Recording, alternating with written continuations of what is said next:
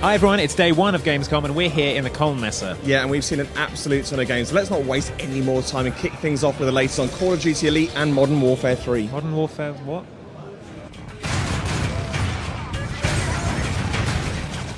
What are you showing off today? Here we're showing off some Spec Ops Survival, a new map that takes place on Paris, and then we're also showing off some of the mission mode that is also the other half of Spec Ops, and this one's called Invisible Thread. So it's your buddy is up on a sniper position trying to give you cover fire while you're in a bomb suit trying to go out there and take out some IEDs. So how overall, like Spec Ops, how kind of expanded is it over the experience we saw in Modern Warfare 2? Spec Ops was awesome in Modern Warfare 2, and now we've brought in entirely new experiences, but with survival mode, but more importantly, we're bringing in all the really cool multiplayer features like progressive ranking and unlocks and kill streaks and customized weapons, and it allows you to have a completely different experience. So you're ranking up, you're unlocking new stuff, you're unlocking new mission modes, you're unlocking new survival stuff, so it's a completely additional experience to what was already a stellar mode. Be advised, heavily armored ground forces are being deployed by the enemy. Call of Duty Elite's currently in the beta stage. I mean, what's been the feedback from users so far?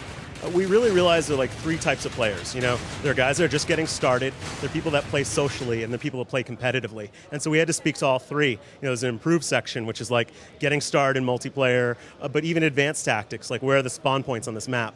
And then there's how do I meet people? How do I join a group? How do I join a clan? Let me watch some awesome video. And then at the pinnacle, you've got, you know, how do I compete for a Call of Duty Jeep? You know, so it's got to speak to all those players to open it up for everyone. You know, we like to say, you know, everyone can be elite, not it's only for the elite. Can you give me some examples of some of the competitions that you might run from time to time? Sure. With Black Ops right now, we're doing stuff like most capture the flag, most number of headshots, and you know we do that with a time period. We also do like upload a great video, upload a great screenshot, and have a chance to win. And the prizes are pretty cool. Like I think we showed you an Oakley backpack. We've given away poker sets, shot glasses. You know, we really want to get the prizes out there. For Modern Warfare 3, we're doing also clan competitions, and then we're going to do some really interesting operations, like sniper rifles versus pistols, you know, and that's my favorite example. And, you know, just we're really going to just try and have a lot of fun with competition, you know?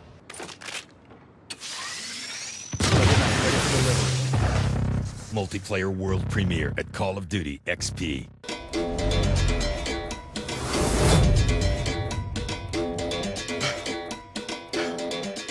The emphasis this time around is in terms of making the story and the environment and the missions feel like they're interconnected, rather than I read some text and then I go off on a mission and maybe the area I'm in, maybe it has something to do, maybe it doesn't. The idea is to focus so much on intertwining those that you always feel like you're on this grand adventure and that every part of the environment and the story is supporting the gameplay and all that kind of stuff. It's a very big focus for us.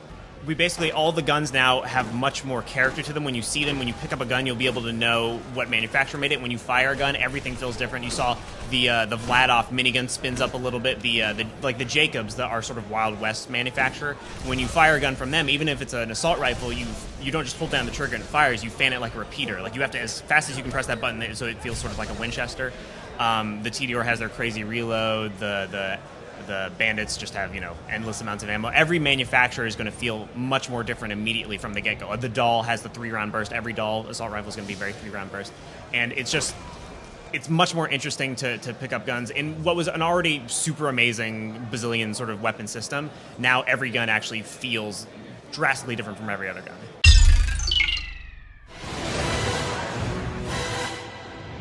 We know that the N64 game is one of the most popular first-person shooters of all time, and as we're the holders of the kind of Bond franchise in video game, it made sense for us to, you know, take that game and bring it up to today's standards. So we follow the same storyline, we did update parts of it. But we've got a totally new engine that, you know, was able to deliver, you know, Goldeneye for the first time in high definition.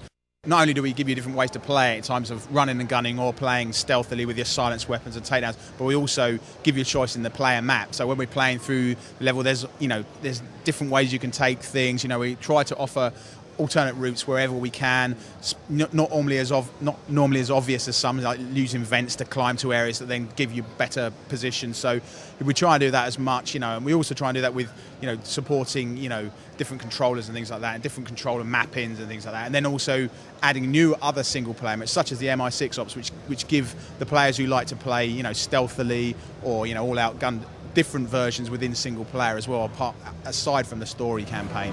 You know, I did think about asking you to join my little enterprise.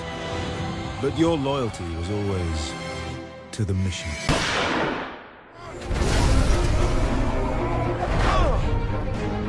What are the kind of key points that you want to show for Prototype 2 in terms of improvements over the original game? So this demo, this all-new demo, is really about showcasing the yellow zone. So previously we'd shown the green zone. We really wanted to show a difference between the zones. We really wanted each zone to feel and look different, people to react differently. So things we were showing off in this demo that we're really excited about is the level of ambience of the world really reacting to Heller. So when Heller is a Blackwatch soldier, they're afraid of him. We're really excited at those things. Some of the new moves, making the Hammer Fist Heller's instead of Alex's. We really wanted his to be his own. So we're really proud of that. Some of the new features, obviously, the ability to pick up people and put them down is actually a lot of fun. People have a good time with it. You can actually do that with vehicles as well, so you can kind of create your own little puzzle if you want. Other than that, just really showcasing our new visuals and our improved gameplay, much more tactics to the gameplay. Some of the things like the shield, which allows the player to deflect missiles back instead of it just being an absorption weapon or defensive power from before.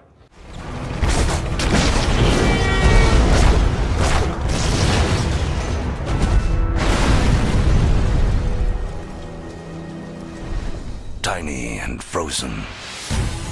They may look like toys, but they are alive on the inside.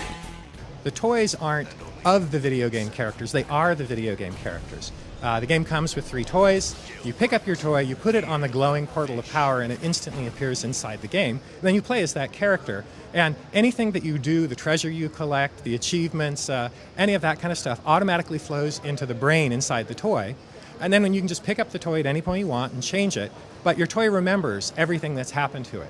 And what's exciting is if say your friend has the game as well, you can go over and play him in competitive or cooperative mode.